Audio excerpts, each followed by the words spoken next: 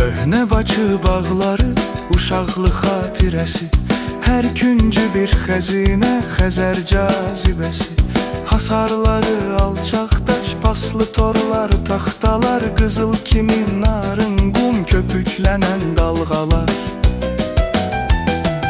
O qumların üstündə şanılar şirələnirdi, əncir püstə badamlar bağa kölgə verirdi.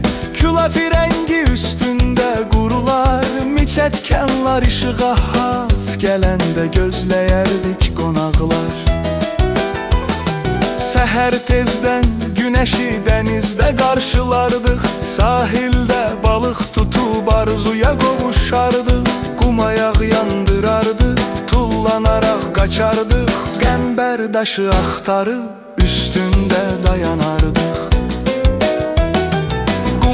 Sürüşmək üçün can atardıq həyətə, nənəm düşbərə bükər, sığmazdıq ləzzətə. Duzlu quyu suyundan min bir şəfa tapardıq, yorğun olub gecələr balışı axtarardıq.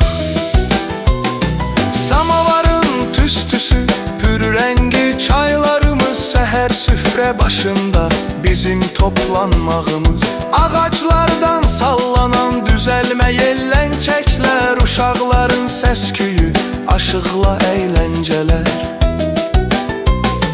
Yay ayları bitəndə olurdu hamı zənci, qışda dəyişərdi uşaqların bu rəngi. O dənizin qoxusun, o bağların ruhunu, o günləri görmək üçün qayıdardım yolumu. İndi o bağların dadı dəyişibdir, bərəkət də çəkilib, tarixi silinibdir. Hündür asarlarından görünmür daha dəniz, sarayların içində qalıb bağlar kimsəsiz.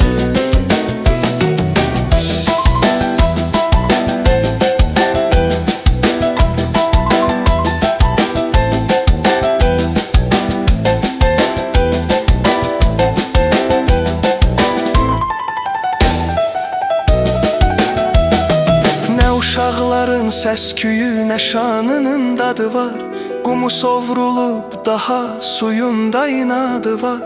Bircə Xəzər ləpələri keçmişi bizə anır, cilavar küləyində.